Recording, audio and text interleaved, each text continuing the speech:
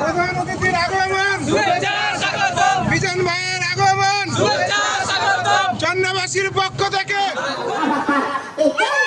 মানুষেরা পরিবর্তন হয়ে যেত। আমার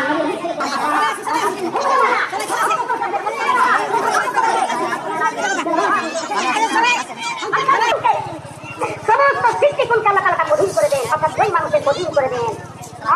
আল্লাহ তাআলা তার পক্ষে করে দেন। জোরে বলেন আল্লাহু আকবার। আমার নবী নবীরা আখনা থেকে সূরা কাবিতা আসরাফ রাগিন হলো না, এরা সহ্য করতে পারে না। বিশাল বাজেট দিবেন।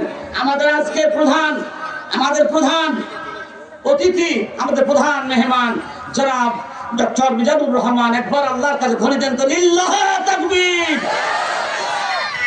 ভাইজান, আমরা খেদমতে যদি পেয়ে যাই ভাগ্য ভালো না খারাপ। ভালো আছেন সবাই?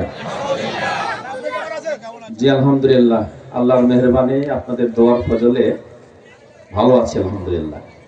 আমি একটু আজকে সম্মানিত জাকারিয়া বিন ইসলামউদ্দিন ভাইয়ের কাছে অনুমতি নিয়ে কথা বলা উচিত। আবার রাগ ঢাল রাখেন না। আলহামদুলিল্লাহ রাব্বিল আলামিন, ওয়াসসালাতু ওয়াসসালামু আলা রাসূলিল কারীম ওয়া আলা আলিহি ওয়া সাহবিহি আজমাইন। চন্দনা যুব সমাজের উদ্যোগে গোরস্থানের উন্নতি কল্পে আয়োজিত 2 দিনব্যাপী তাফসীরুল কোরআন মাহফিলের আজকে শেষ রজনী। কোরআনের সুপারিশ পেতে চাই।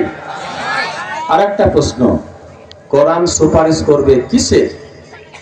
কিয়ামতের দিন কোরআন সুপারিশ করবে বান্দার জান্নাতে যাওয়ার জন্য। কোথায় যাওয়ার জন্য? তাহলে আমরা জান্নাতে যেতে চাই, কোরআনের সুপারিশ পেতে হবে। জান্নাতে যাওয়ার জন্য কোরআনের সুপারিশ পেতে হবে। আমরা কি কোরআনের সুপারিশ পেতে চাই? যদি পেতে চাই তাহলে কোরআন পড়তে হবে, কোরআন বুঝতে হবে, কোরআন মানতে হবে। মানতে কি রাজি আছেন? শুধু তাই না, কোরআন মানার অনেক বড় তাফসীর আছে। কোরআন মানা মানে হচ্ছে কোরআনের যত বিধান আছে এই বিধান সমাজে চালু করতে হবে। আজকে ঠিক বলেন, অথবা আগামীকালকে বলিয়ে, গলা ভেঙে গেছে। তাহলে কোরআনের বিধান সমাজে চালু হোক, এটা আমরা সকলেই চাই, ঠিক কিনা? আর যারা কোরআন পড়বে না, কোরআন মানবে না, বরং কোরআনের বিধান সমাজে প্রতিষ্ঠিত হোক এটার বিরোধিতা করবে, কোরআনও কিয়ামতের দিন তাদের বিরোধিতা করবে। স্পষ্ট কথা। এজন্য কোরআন যেন কিয়ামতের দিন আমাদের বিরোধিতা না করে। যাদের বিরোধিতা করবে তাদের কপাল পুড়ে যাবে। দোজখের আগুনে, জাহান্নামের আগুনে হাজার হাজার লক্ষ লক্ষ কোটি কোটি বছর পুড়তে হবে। এজন্য আমরা আল্লাহর জান্নাতে যেতে চাই, কোরআনের সুপারিশ পেতে চাই। এই জন্য আমরা আমাদের সমাজে কোরআনের বিধানগুলো প্রতিষ্ঠিত করতে চাই।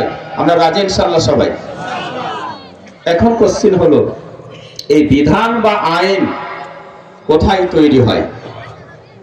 কোথায় তৈরি হয়? ওয়াজ করে কোরআনের বিধান চালু করা যাবে না। বিধান যেখানে চালু হয়, আইন যেখানে তৈরি হয়, সেই জায়গাতে কোরআনের পক্ষের মানুষদেরকে পাঠাতে হবে।